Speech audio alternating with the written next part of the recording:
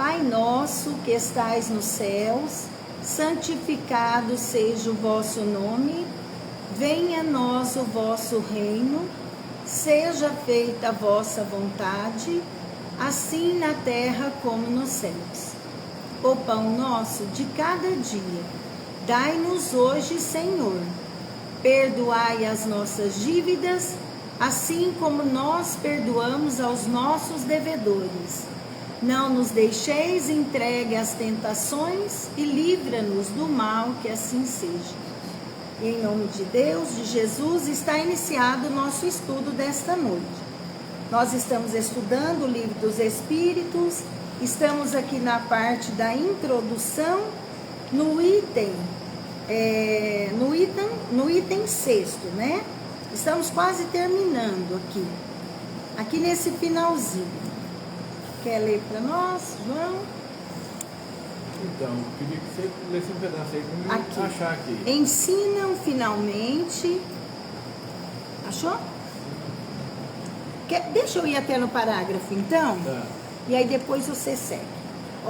Ensinam finalmente que no mundo dos espíritos, nada podendo estar oculto, o hipócrita será desmascarado e patenteadas todas as suas torpezas, que a presença inevitável e de todos os instantes daqueles para com quem houvermos procedido mal constitui um dos castigos que nos estão reservados, que ao estado de inferioridade e superioridade dos espíritos correspondem penas e gozos desconhecidos na terra.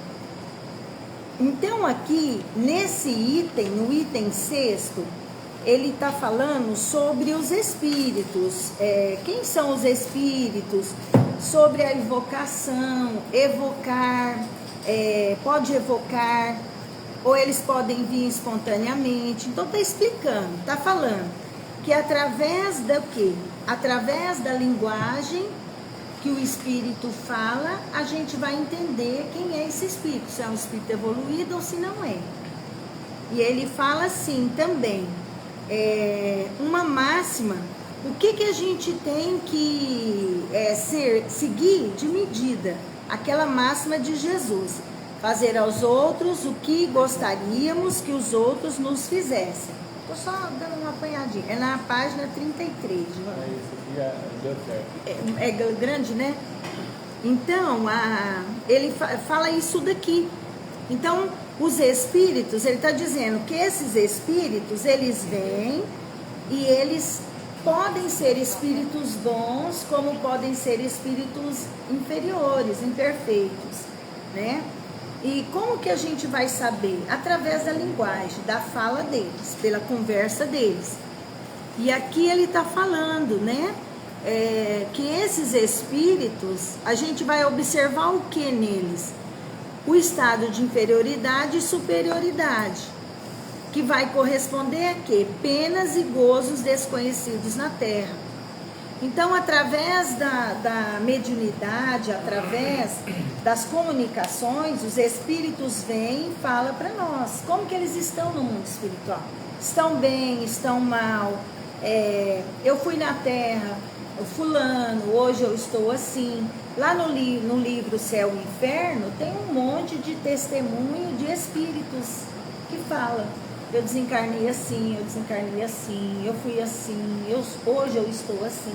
Então eles falam da vida quando estavam encarnados aqui na Terra e a situação deles no mundo dos espíritos, né? Então é isso. Então vamos lá. Então vamos continuar mais um pouquinho. E continua aqui nesse mas ensinam também. Isso. Mas ensinam também não haver faltas irreversíveis que a expiação não possa apagar. Meio de conseguir encontrar o homem nas diferentes existências que lhe permitem avançar, conforme os seus desejos e esforços na senda do progresso para a perfeição, que é o seu destino final. Este, o resumo da doutrina espírita, como resulta dos ensinamentos dados pelos espíritos superiores. Vejam agora as objeções que se lhe contrapõem. Então, aqui ele já está explicando o seguinte, né? Que os espíritos, o que eles vêm falar para nós também? Eles vêm falar que não tem faltas irremissíveis, né?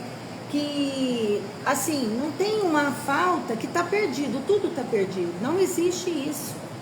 Deus, o que ele faz? Ele sempre vai dar uma oportunidade da gente espiar um erro do passado, né? Ele dá a oportunidade da gente fazer de novo, refazer novamente. E é através do quê? Das diferentes reencarnações. E com isso vai permitir que a gente avance, que a gente evolua, né? E de acordo com o quê? Com o nosso desejo, com o nosso esforço. O quê? Chuva, né? Acho que é a chuva. Então é isso que ele está falando, né? A lei do progresso, que nada está perdido, que a gente se errou, aquele erro, ele não é um erro irreparável. Ele pode ser reparável. Em outra vida, Deus dá a oportunidade da gente reparar aquele erro, da gente mudar. E com isso, e com as vidas sucessivas, nós podemos o quê? Avançar, né? Evoluir de acordo com o nosso esforço. Uns esforçam bastante, outros é devagar, é lento. Só que Deus tem paciência com todos nós. Ele espera por todos nós, né? Então, é isso que ele está falando. Todos nós chegaremos à perfeição. Um dia, todos nós seremos igual Jesus Cristo, espíritos puros, evoluídos. Mas até lá, a gente tem um caminho a percorrer, a evoluir, né? E aí, em resumo, ele fala aqui, resulta dos ensinamentos dados pelos espíritos superiores.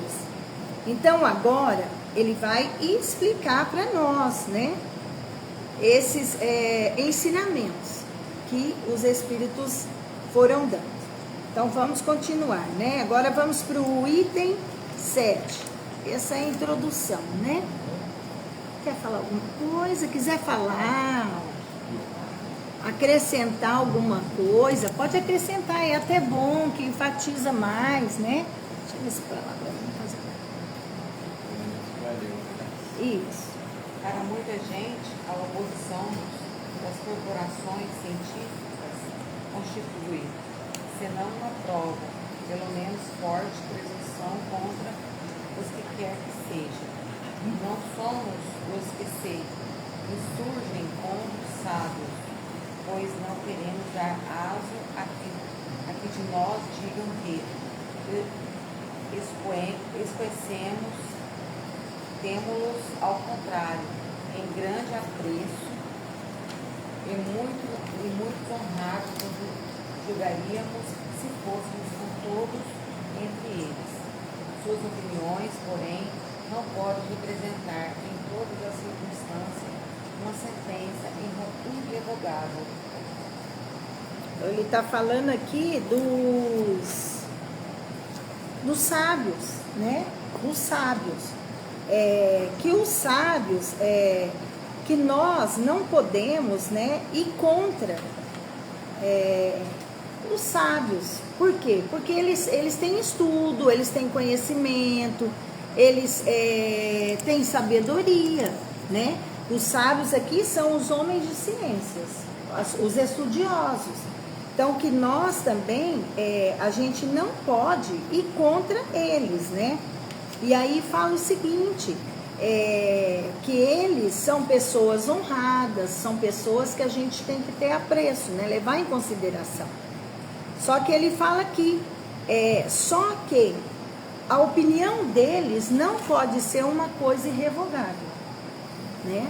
Por exemplo, a ciência vem e fala uma coisa, passa um tempo, a ciência estuda mais um pouco e muda aquilo que ela falou. Ela pode modificar, né, através dos estudos. Então, nada é taxado, nada a gente pode ser assim, um sábio vem e fala, pronto, acabou, está feito, acabado. Não. Aquilo, com o passar do tempo, pode ser mudado. Através de estudo, através de pesquisa, pode ser mudado, né?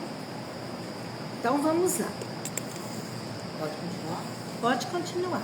Desde que a ciência sai da observação material dos fatos, tratando de os apreciar e explicar, o campo está aberto às conjecturas.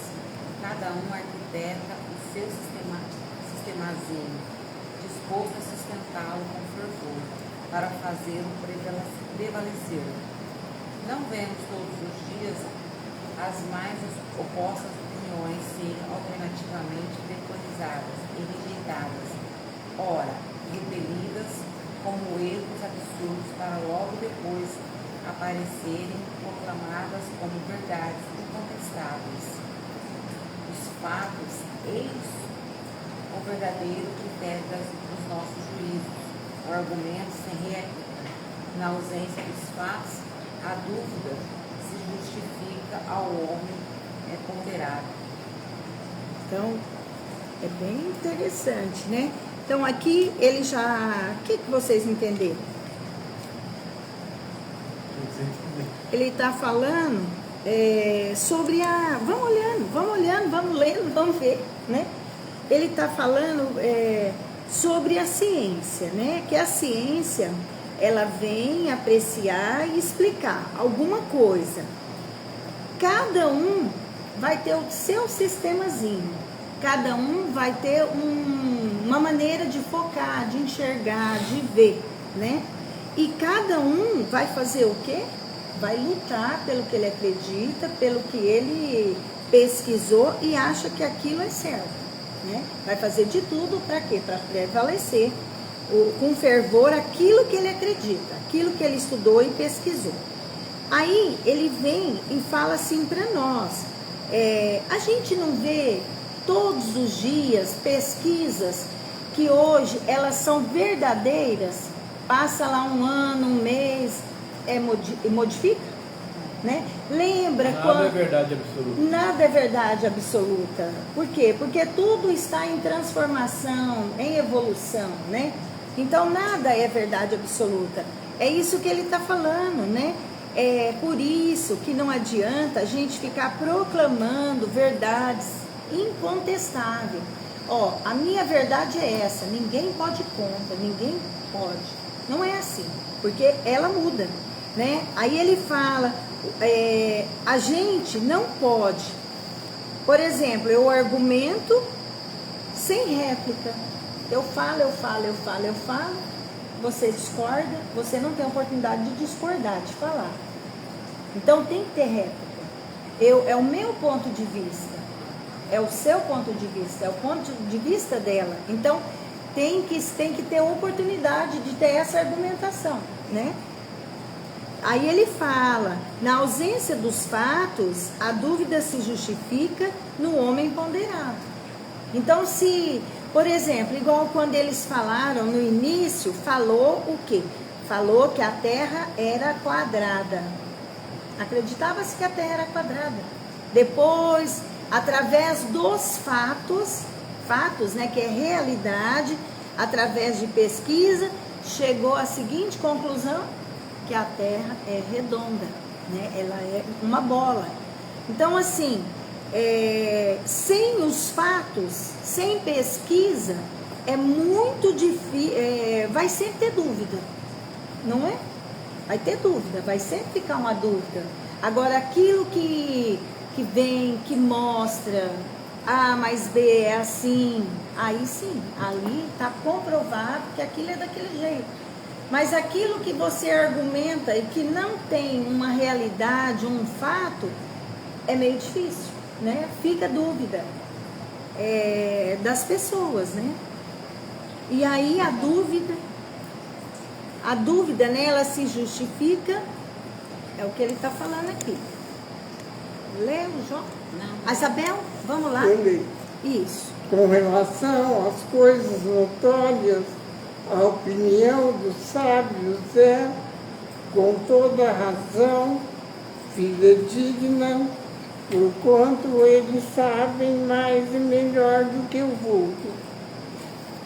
Mas, no tocante a princípios novos, a coisas desconhecidas, essa opinião quase nunca é mais do que hipotética, por isso que eles não se acham menos que os outros, sujeitos a preconceitos.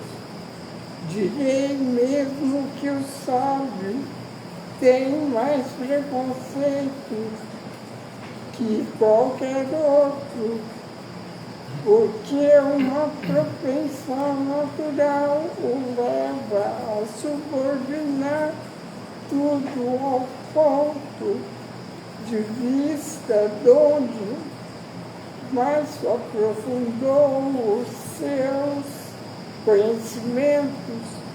O matemático não vê prova senão numa demonstração algébrica.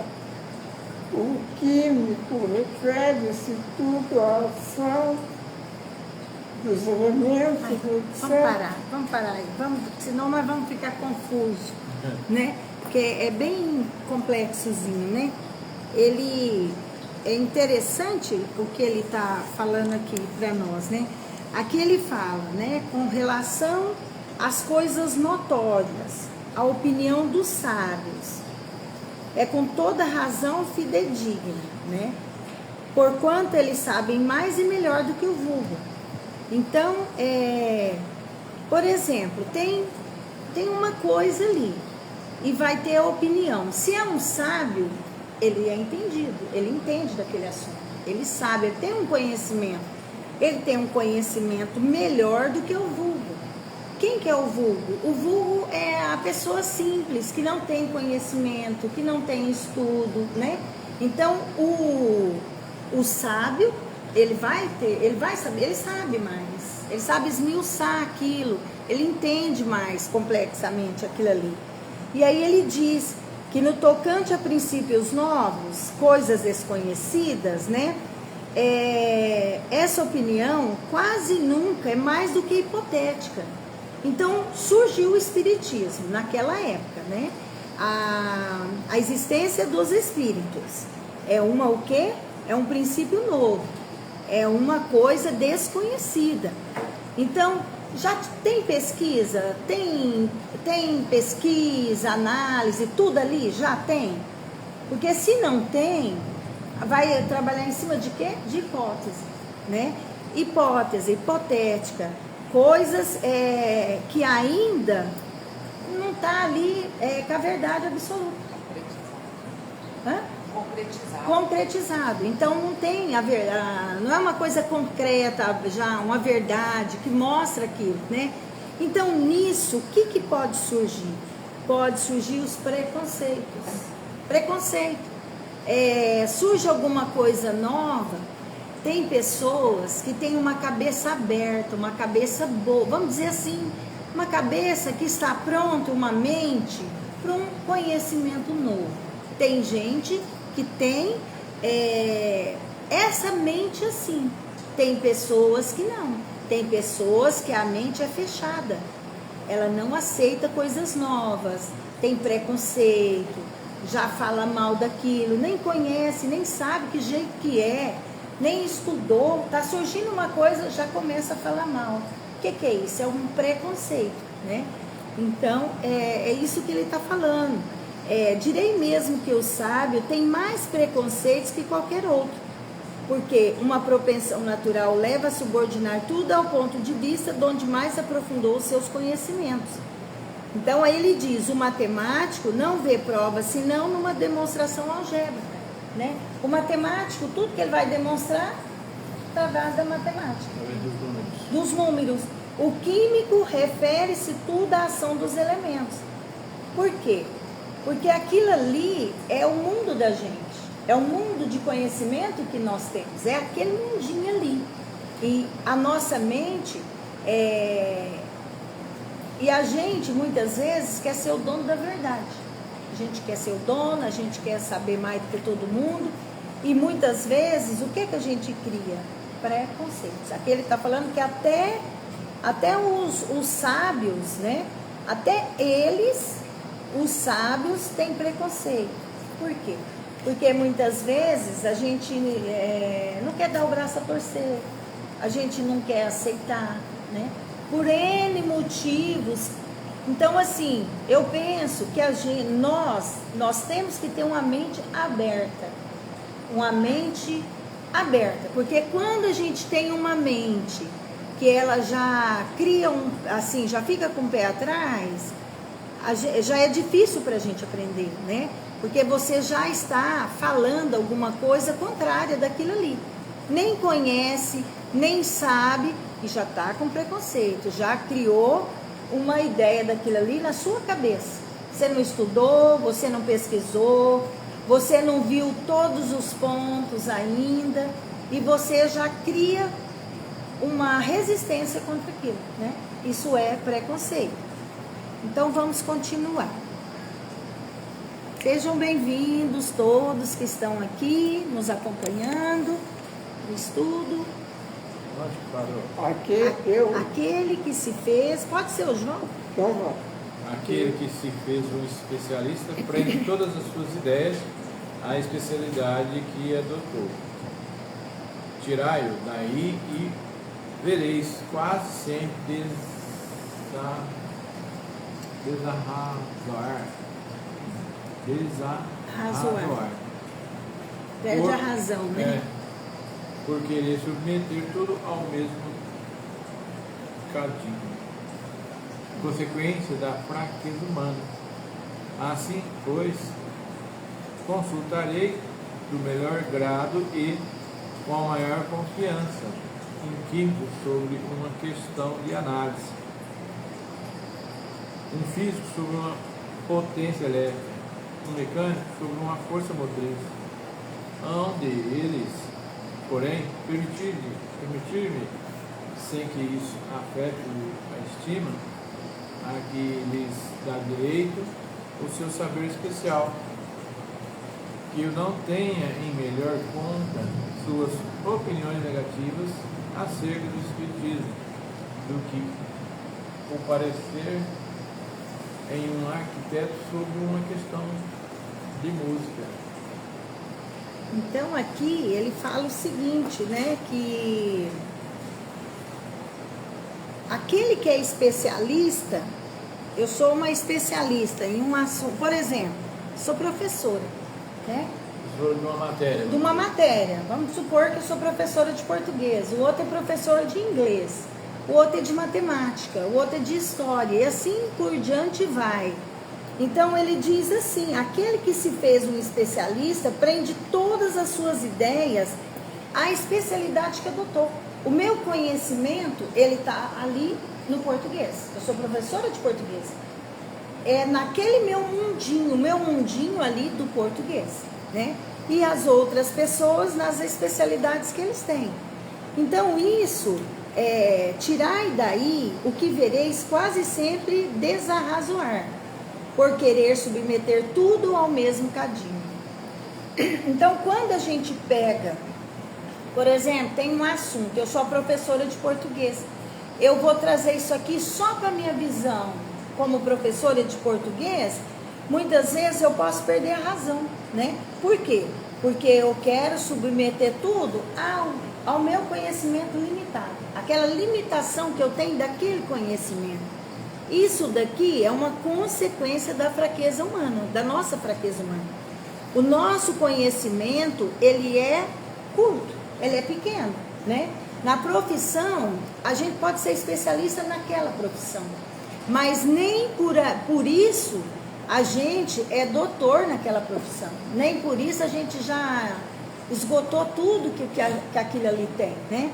E ainda mais quando a gente vai ter um olhar, eu vou ter um olhar de professora de português, meu conhecimento limitado, específico. O outro vai ter um olhar de matemática. Então é isso daqui que ele está falando para nós. Se a gente for pedir para um químico, for pedir uma análise para um físico, cada um ele vai dar o seu parecer dentro da sua limitação, da sua especificação, do conhecimento que ele tem, né? E isso daí, aí ele fala o seguinte, que eu não tenha em melhor conta suas opiniões negativas acerca do espiritismo, do que o parecer de um arquiteto sobre uma questão de música. Por exemplo, eu não conheço o espiritismo, eu não tenho conhecimento espírita, eu não entendo do espiritismo. Só que aí, vamos supor, eu sou católico, vem alguém e pede para mim dar a minha opinião sobre o espiritismo. Eu não tenho conhecimento, eu não entendo. Então é isso que ele está falando. É um arquiteto sobre uma questão de música. O arquiteto, ele tem conhecimento de arquitetura, não é? De matemática, de números, porque precisa, não é isso? E aí pede para ele dar um parecer sobre uma música, uma partitura de um violino, uma partitura de um piano. Será que ele vai saber? Vai saber? Vai ser difícil, por quê? Porque a gente tem o conhecimento nessa área aqui, no outro eu não tenho, né? Então, é mais ou menos isso daqui. Então, vamos continuar? Se alguém quiser falar alguma coisa, uma perguntinha. As ciências ordinárias assentam nas propriedades da matéria, que se pode experimentar e manipular livremente. Os fenômenos espíritas repousam na ação de inteligências dotadas de vontade própria e que nos provam a cada instante não se acharem subordinadas aos nossos caprichos. As observações não podem, portanto, ser feitas da mesma forma, requerem condições especiais e outro ponto de partida. Querer submetê-las aos processos comuns de investigação é estabelecer analogias que não existem. A ciência, propriamente dita, é, pois, como ciência, incompetente para se pronunciar na questão do espiritismo. Não tem que se ocupar com isso e qualquer que seja o seu julgamento, favorável ou não, nenhum peso poderá ter. O espiritismo é o resultado de uma convicção pessoal que os sábios como indivíduos podem adquirir, abstração feita da qualidade de sábios. Pretender definir a questão, a ciência, equivaleria a querer que a existência ou não da alma fosse decidida por uma assembleia de físicos ou de astrônomos. Parar aqui, né? Porque senão vai ficando tão extenso. Ó, aqui ele já está explicando para nós sobre a ciência ordinária, né, que assenta que vem falar das propriedades da matéria, as ciências aqui humanas, as ciências do mundo físico, né, que vem tratar, que vem estudar as propriedades da matéria e que se pode experimentar e manipular livremente, né, através as coisas materiais aqui da Terra, né. Então, a ciência ordinária que estuda. Por quê? Porque elas vão fazer experimentos, vai manipular aquela coisa, vai estudar a fundo aquilo ali. É uma coisa física, material. E aí ele vem falar dos fenômenos espíritas. Os fenômenos espíritas, né, eles repousam no quê? Não é nas coisas físicas, é na ação de inteligências dotadas de vontade própria, né? Então, assim, as coisas materiais, o estudo é feito através da matéria, que está aqui, para todo lado. Agora, os fenômenos espíritas, esses são... quem que vai agir? São os espíritos, as inteligências, né? São essas inteligências. E essas inteligências, os espíritos, eles têm o quê? Vontade própria e eles, a todo instante, mostram para nós que eles têm capricho. eles vêm quando quer, quando eles não querem, eles não respondem. Então, os espíritos, eles agem no nosso mundo material, físico, material, né? Muitas vezes a gente chama, mas eles vão se manifestar se eles quiserem. Eles têm a vontade, a inteligência deles, né? E aí, eles falam, as observações não podem, portanto, ser feitas da mesma forma.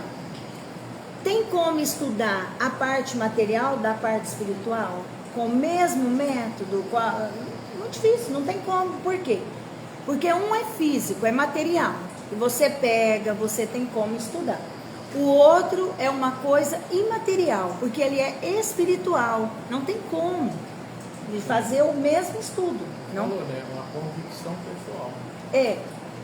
Já está querendo misturar um conhecimento científico com o espiritismo. Com o espiritual.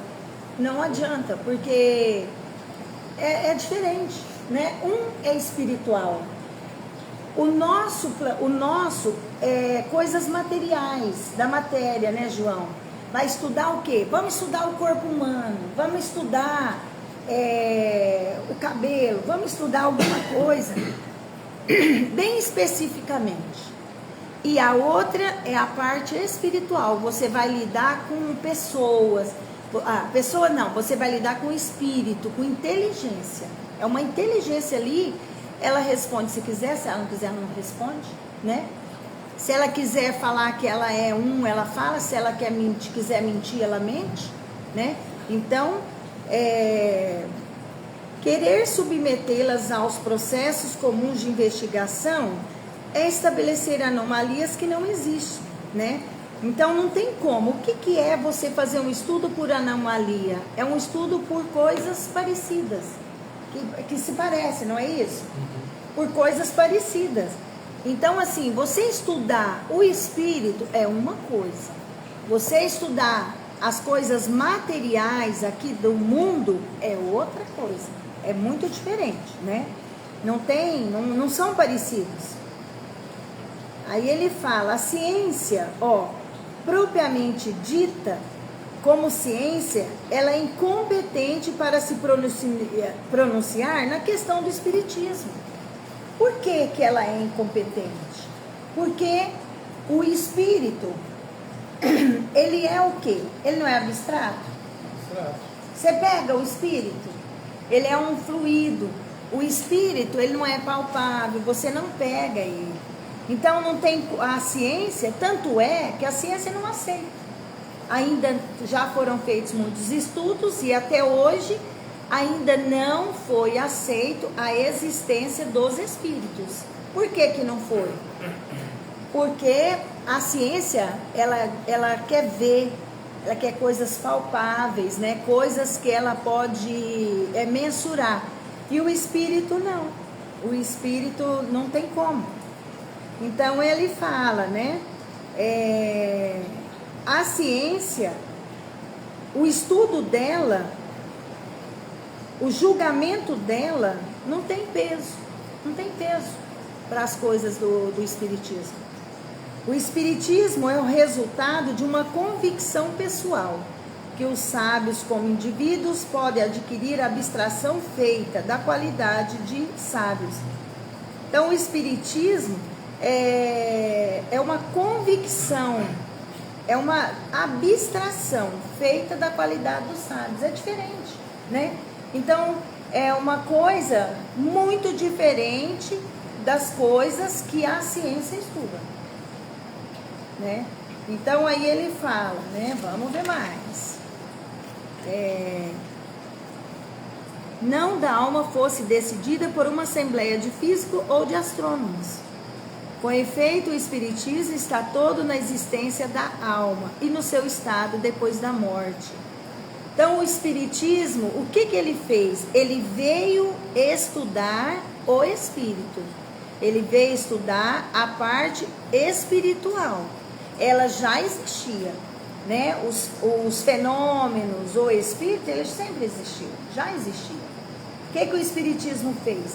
Ele estudou.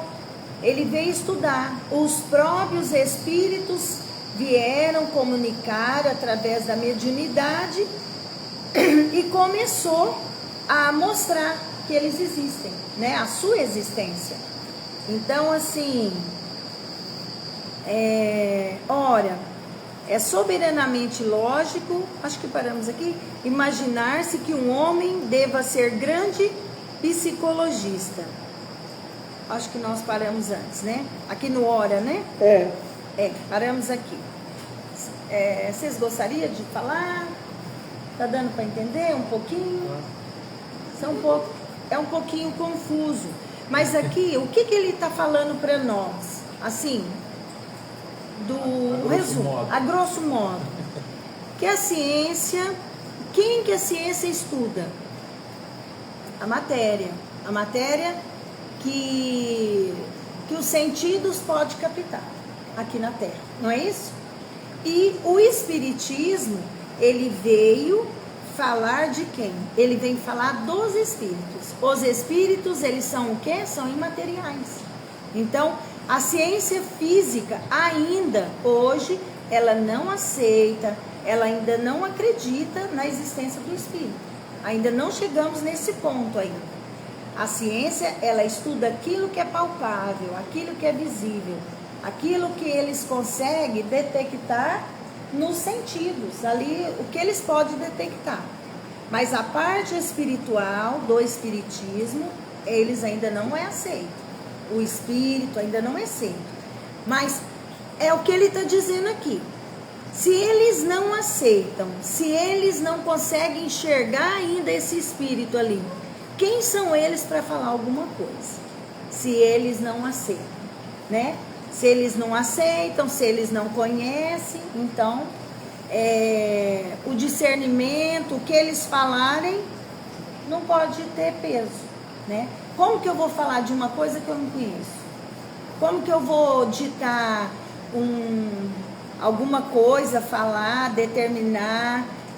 Esse lápis, essa caneta é azul. Por quê? Por que eu sei que ela é azul? Porque tem as características, tem tudo aqui que mostra, né? Agora, como que eu vou falar do espírito? Eu não vi espírito, né? A ciência viu o espírito? Não viu. Não. Ela não tem como provar. Então, o que a ciência vier falar do espiritismo não tem peso. Por quê? Porque eles não conhecem. Eles vão falar de uma coisa que eles não têm conhecimento ainda, né? Mas acredito que vai chegar um ponto que sim. Vamos continuar então? Quem que vai ler? A Isabel? Deixa eu ver. É soberanamente lógico. Não é hora, é soberanamente lógico. Imaginar-se que um homem deve ser grande psicologista,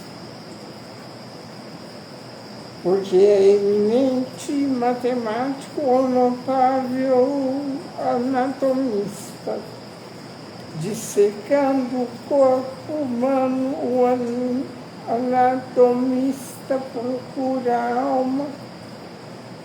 E por que não a encontra debaixo do seu escalpelo, como encontra um nervo, ou por que não a vê evolar-se como um gás?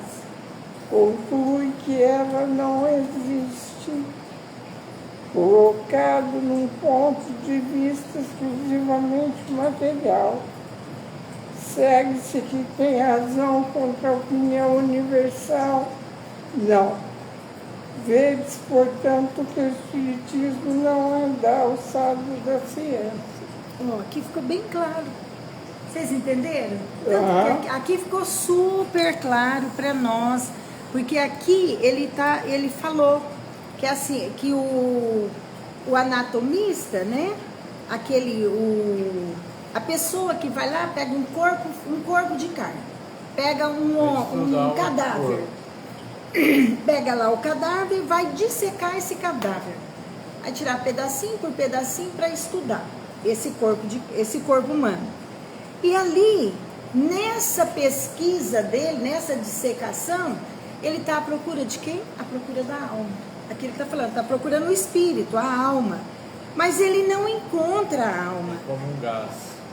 Nem debaixo do seu escalpelo, quer dizer, arranca o couro, arranca aqui tudo, igual os índios fazem, não acha a alma. Aí ele procura num nervo, não acha também. Aí ele procura, ele fica olhando para ver ele evolar-se como um gás. Então ele está em busca, a ciência, o anatomista, quando ele vai dissecar um corpo humano, ele está em busca de quem? Do espírito, da alma. E não encontra. Por que que ele não encontra? Aqui ele fala. Por quê? Porque ela só busca do ponto de vista exclusivamente material, físico. Ele quer uma coisa palpável, física, né? E não encontra. Por quê? Porque é um espírito. Ele não é, essa matéria que a gente conhece não é a matéria do espírito. Ela é diferente. Então, por isso, a ciência não consegue achar o espírito, né? E aí ele fala o seguinte: segue-se que tenha razão contra a opinião universal? Não. Vedes, portanto, que o espiritismo não é da alçada da ciência. Então, não adianta. O espiritismo, quem tem que estudar, não é a ciência, né? Mas é bom que a ciência estuda. Por quê? Porque com o passar dos anos, quem sabe ela vai chegar no ponto de descobrir a existência do espírito, da alma, né? Então vamos lá. Gostaria de... João? Quando as crenças, espíritos se houverem vulgarizado, quando estiverem aceitos pelas massas humanas, e a julgar pela rapidez com que se propaga, quem não vem longe. Com ela se dará o que tem acontecido, todas as ideias novas que hão encontrado oposição.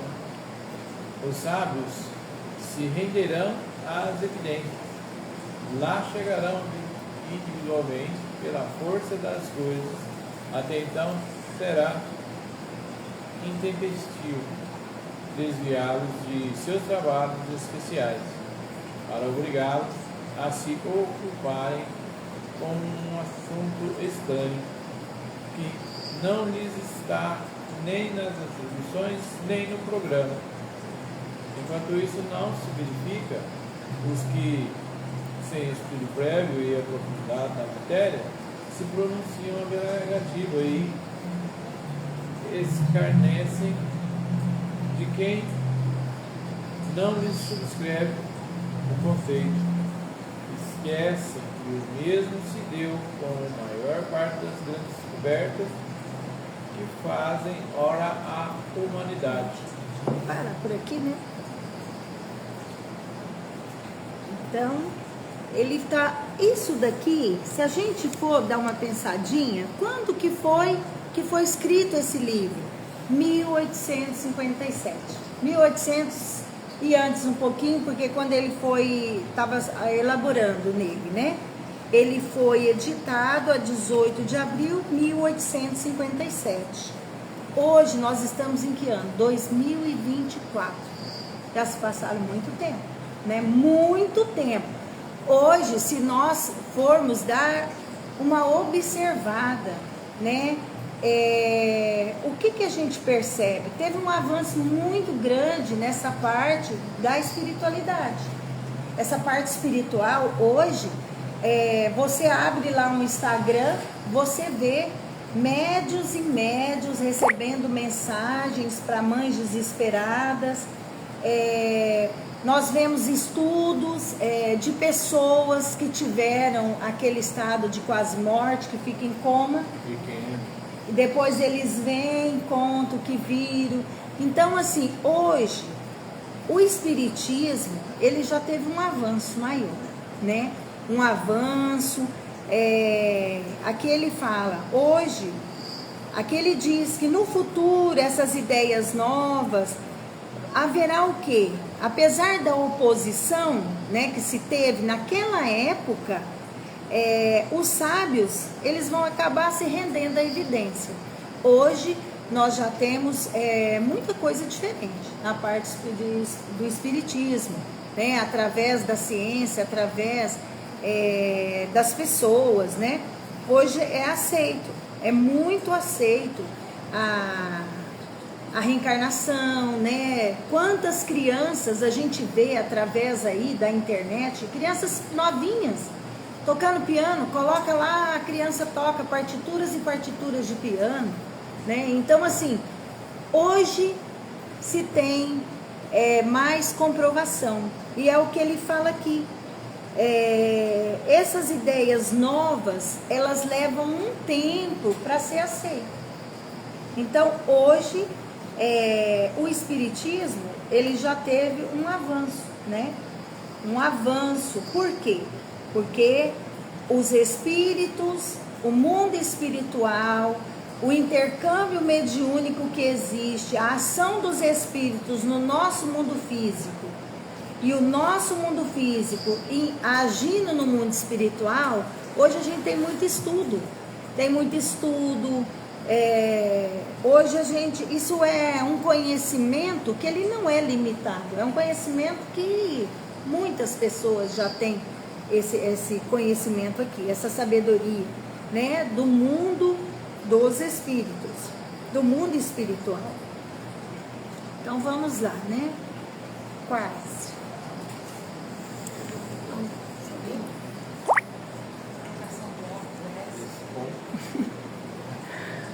Expõe-se a ver seus nomes alongando a lista dos ilustres proscritores das ideias novas e inscritos a par dos membros da douta Assembleia que, em 1752, acolheu com retumbante gargalhada a memória de Franklin sobre os para-raios, julgando-a indigna de figurar entre as comunicações que lhe eram dirigidas, e dos daquela outra que ocasionou perder à França as vantagens da iniciativa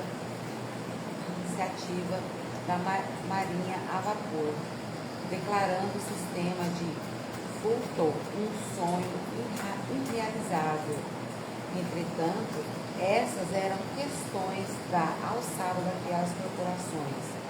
Ora, se tais assembleias, que contavam em seu seio a nata dos sábios do mundo, só tiveram a zombaria e o sarcasmo para ideias que elas não percebiam, ideias que alguns anos mais tarde impulsionaram a ciência, os costumes e a indústria, como esperar que uma questão alheia aos trabalhos que lhes são habituais alcance hoje das suas congêneres melhor acolhimento? Aqui ele está falando, ele vem falar uma lista de ilustres proscritores das ideias novas, né? Aí ele cita aqui, ó, em 1752, quando, né, Franklin, quando ele vem falar sobre os para-raios, todo mundo riu, debochou na época, achou aquilo, não conhecia, não entendia, indiferente, achou,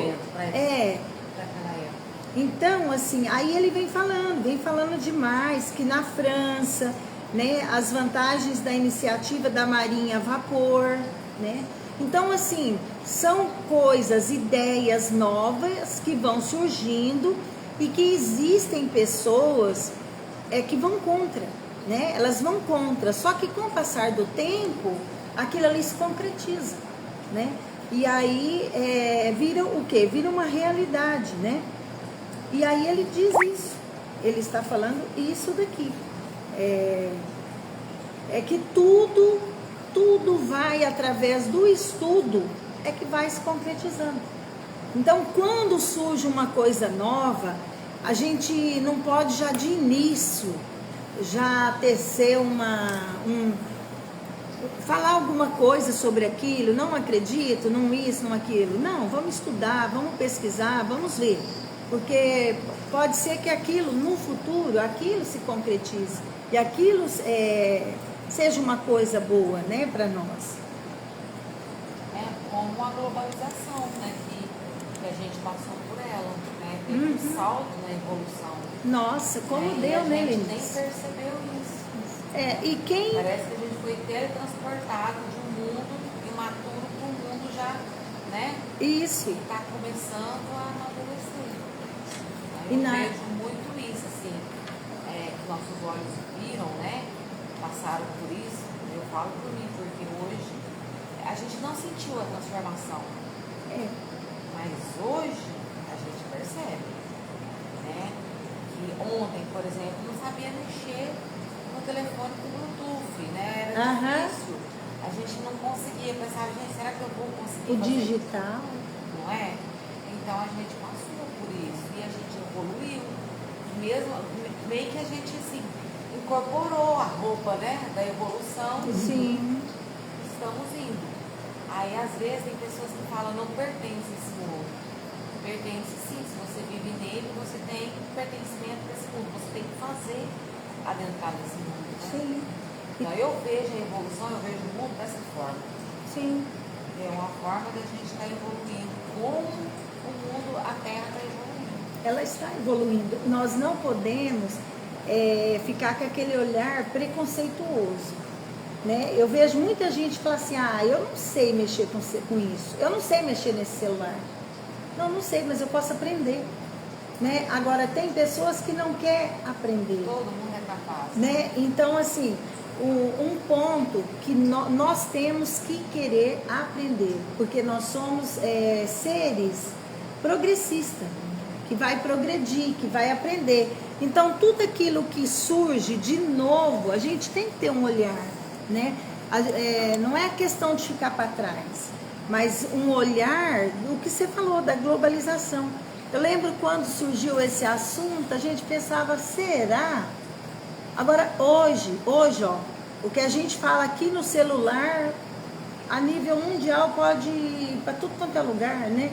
Então, assim, nós não podemos, eu acredito assim, ter preconceito. É um preconceito. A gente já fica assim contra alguma coisa. Surgiu alguma coisa, a gente não conhece, a gente não sabe, vamos nos informar, vamos aprender, vamos entender, do que já ficar sendo do contra, né?